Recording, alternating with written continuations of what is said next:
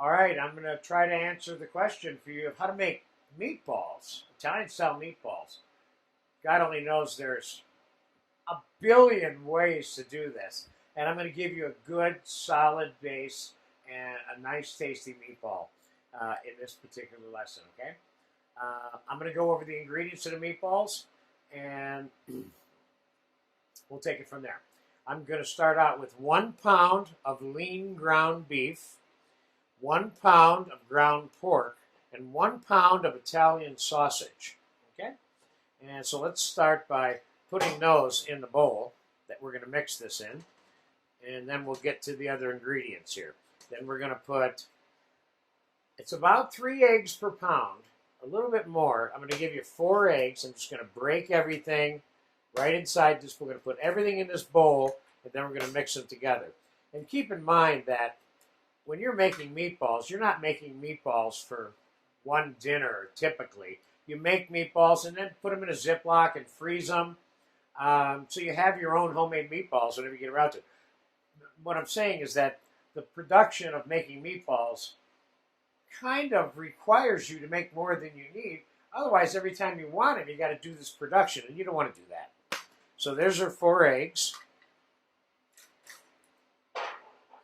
And 2 cups of finely diced onion.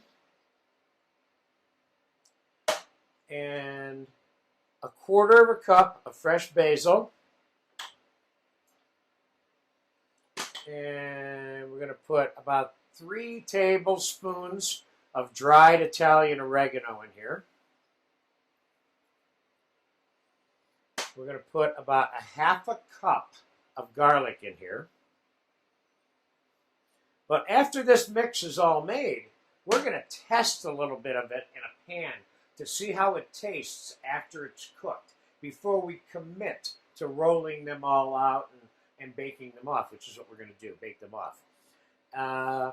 About 1/4 cup of chopped parsley, 2 or 3 tablespoons, or 2 tablespoons, I should say, of black pepper.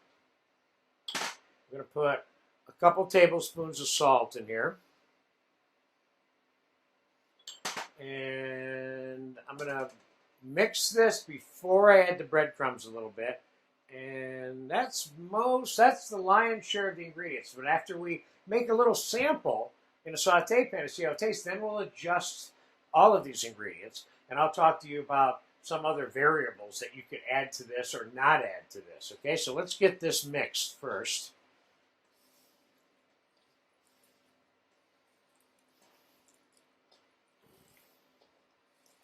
This is the silly putty playing in the mud part.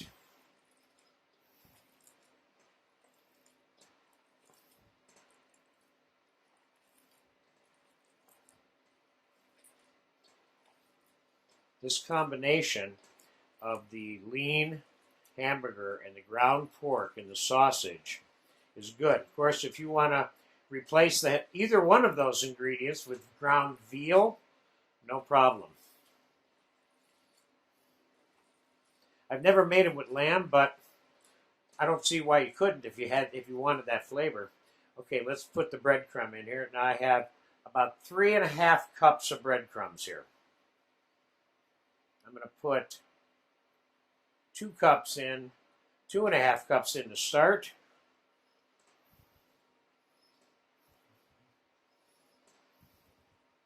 The breadcrumb and the egg is what holds this together during the cooking process and all the time after that.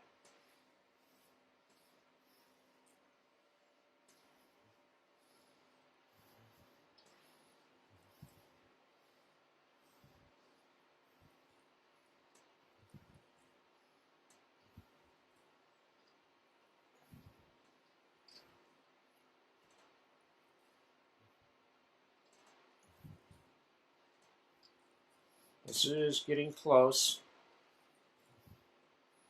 Just for fun, I'm going to taste this.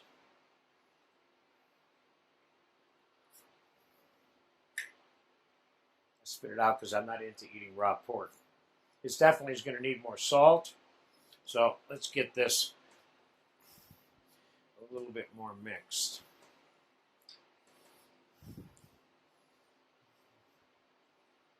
I'm going to add a little bit of olive oil to this too. Let's give it a little bit more salt.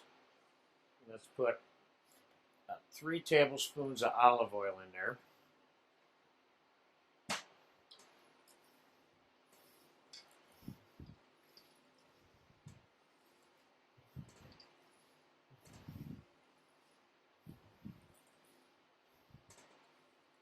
Okay, we're just about ready to cook and saute a little bit of this to see how it tastes when it's cooked. That way you have an option of adjusting this and knowing what it's going to taste like when it's cooked, because there's a lot of melting of fat and so on and so forth that takes place during the cooking process that you can't identify and taste when it's raw. Okay, let's take a little bit. Let me get my hands washed here. Hold on.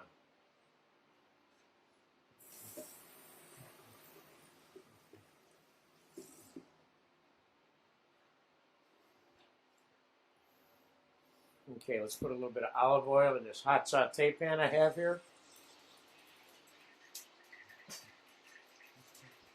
Let's flatten some out so it'll cook fairly fast. So there's yourself a little sausage pancake, which you certainly could just make out of this mixture and use and serve, of course, you know.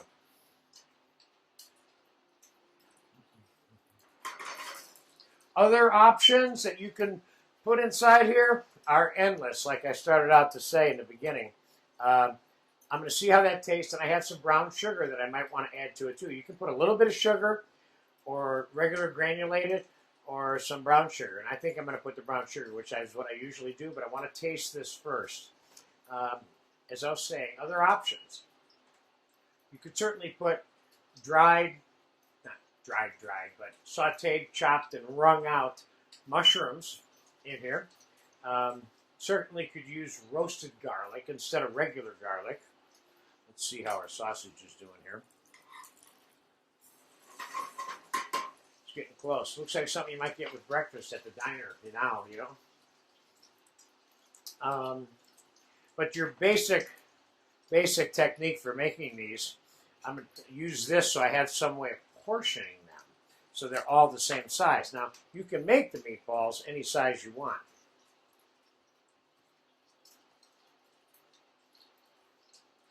That's one size, and that's the size I think we're going to go with. Okay, this little piece of sausage is done enough for me to taste.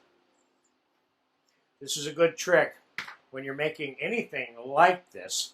This way you can taste it before you make your mind up as to whether or not you got it seasoned the way you want.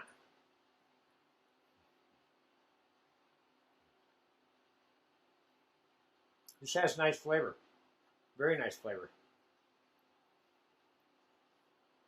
I wish you were here and you could taste it with me.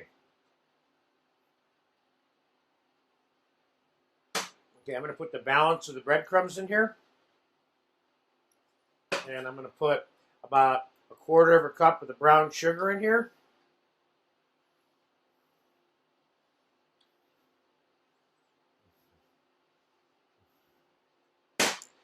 And we're back to mixing.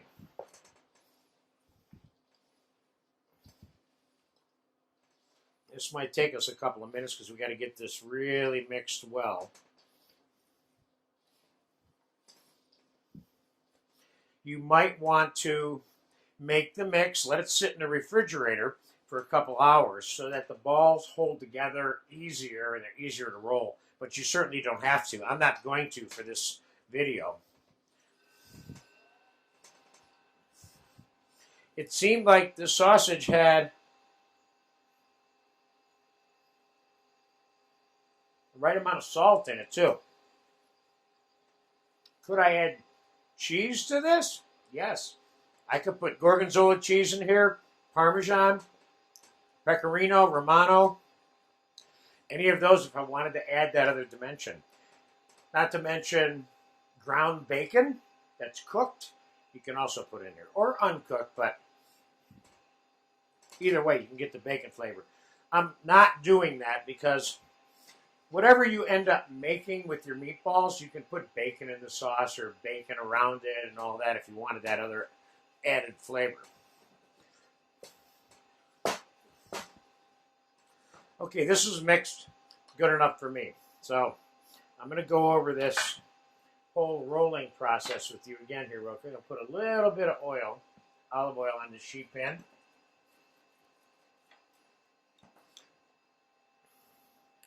Let's just scoop us out a few here. Now, sometimes you go to places, you see these giant meatballs that are twice the size of a golf ball. This is a little bit more in the golf ball range, which I think you might have a little bit more flexibility with. So let's try. Let me get my hands washed again. Hold on.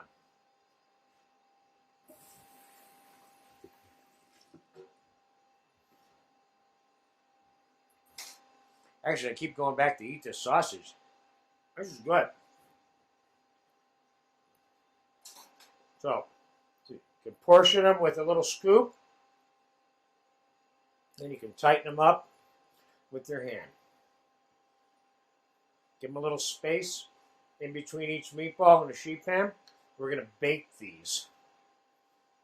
And we're going to save the fat that is rendered through the baking process. And we're going to add it to the tomato sauce. Because although this is a singular lesson by itself, how to make and roll meatballs and cook them, but I'm linking this into another lesson that we have here, which is spaghetti and meatballs with tomato sauce. So I'm going to take all of my meatball juice, I'm going to add it to the tomato sauce in that other lesson. So if you want to look at that lesson, that's where that came from. Okay, we're going to time-elapse these. I'm going to roll out this sheet pan, or the rest of these, and we'll know exactly how many meatballs we get from it too, so you'll know how many you're going to get. So I'll be back in whatever length of time it takes me to do this. Okay, I'll be right back. Okay, we have 80 1-ounce meatballs down here. Took me about 35 minutes to scoop them and roll them. And that seems like the right amount to have. One of the things I said just a few minutes ago in that video is I said 3 eggs per pound. And what I really meant to say was 1 egg and a little bit more than 1 egg per pound. That's why we use 4 eggs for the 3 pounds. A little hint about cooking these in the oven, which we're about to pop. Why don't I pop these in the oven right now, and then we'll talk about that for a second.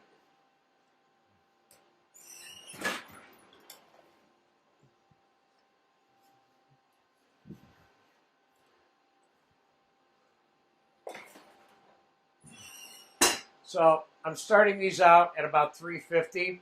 If I think it's cooking too fast, I'm going to turn it down to 325, 300 even.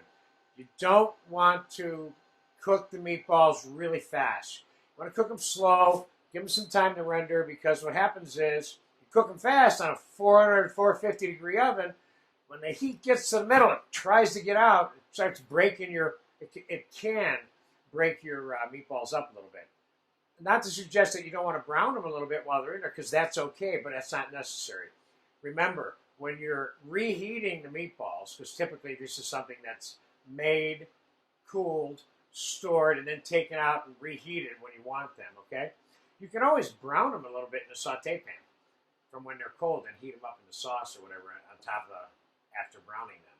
So don't think about in terms of I have to brown them in the oven or anything like that, because it's not required.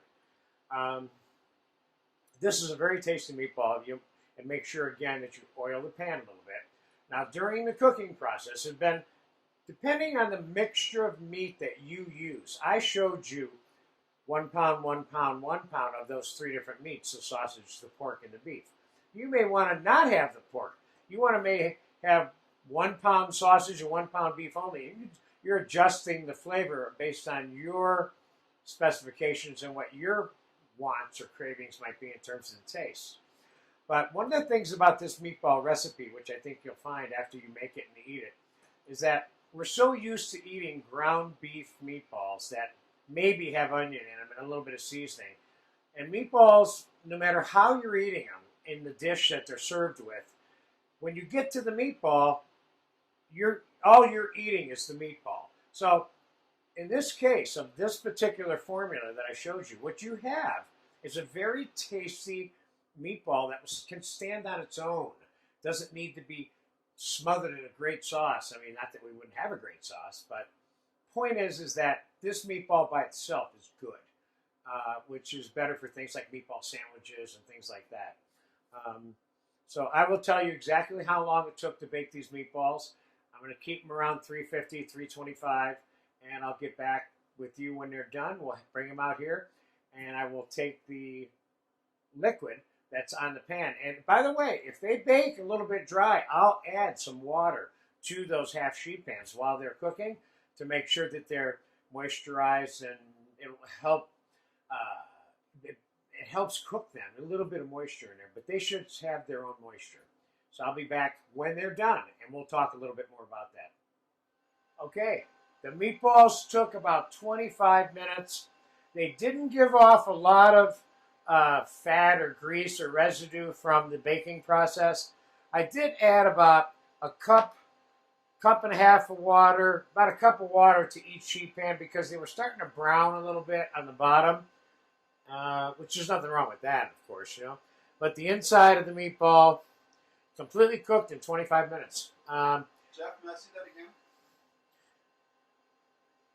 And I tasted it, and I liked it. I'm tasting it again. A couple of things to remember about the storage of these. What you'd like to do is take them on these cookie sheets and put them in the freezer on the cookie sheets. When the meatballs are individually frozen, then take them out and put them in a Ziploc bag and put them back in the freezer. If you lump these into a Ziploc bag and put them in the freezer, they're all going to be frozen together. And you want the ability to take whatever amount of meatballs out that you want, and individually they'll thaw out faster. As a block of meatballs, which you don't want, it takes forever to thaw out. So there you have it. We have a lesson in this class about spaghetti and meatballs, and we are using these meatballs for that lesson. So there's your meatballs. Enjoy them.